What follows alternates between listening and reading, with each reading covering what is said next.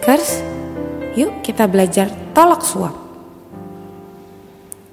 Amsal 15 ayat 27 mengatakan, siapa loba akan keuntungan gelap, mengacaukan rumah tangganya.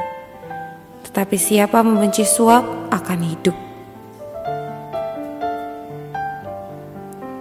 Presiden dari sebuah perusahaan pernah memanggil karyawannya. Orang yang terkenal jujur sehingga diberi tanggung jawab menulis cek perusahaan dan membayar utang perusahaan. Handoko, katanya, saya sedang punya masalah besar dan saya pikir Andalah orang yang tepat untuk membantu saya. Saya pasti akan berusaha membantu, Pak, jawab Handoko.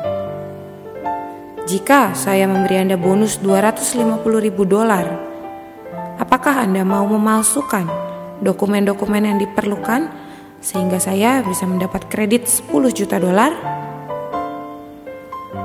Handoko tidak segera menjawab. $250.000 adalah jumlah yang sangat besar dan ia bisa melakukan banyak hal dengan uang sebanyak itu. Akhirnya ia mendekatkan diri pada presiden perusahaan dan mengedipkan matanya. Saya pikir saya dapat melakukannya, katanya tersenyum. Presiden perusahaan itu tersenyum sedikit.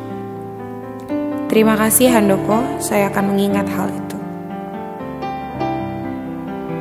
Ketika Handoko hendak keluar dari ruangan, presiden perusahaan itu memanggilnya lagi. Tunggu sebentar, Handoko, katanya. Berapakah kesepakatan kita tadi? Apakah $2.500? Apa? $2.500? Bapak pikir saya orang macam apa? Oke, Anda sudah menunjukkan pada saya. Saya ingin tahu seberapa rendah diri Anda.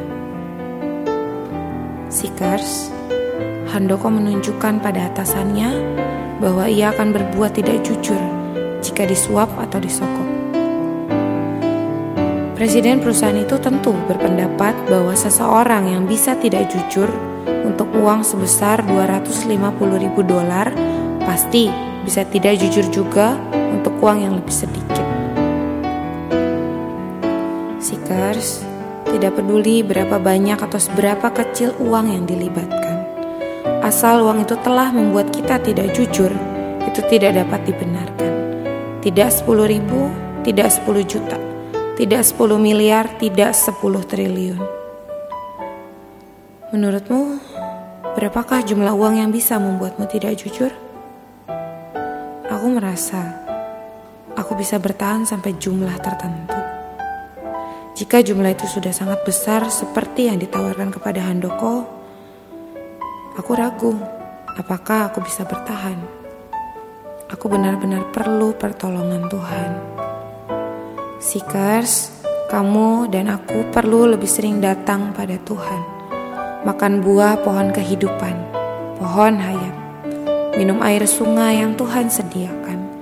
Hingga kita dipenuhi Tuhan dan bisa benar-benar menyatakan diri Tuhan, jujur 100%. Yuk kita berdoa. Tuhan Yesus, aku perlu Engkau agar bisa jujur 100%. Ya Tuhan Yesus, tanpa Engkau, kejujuranku semu dan palsu. Tuhan Yesus, aku perlu datang terus padamu, makan dan minum dirimu, agar aku dipenuhi oleh-Mu. Amin.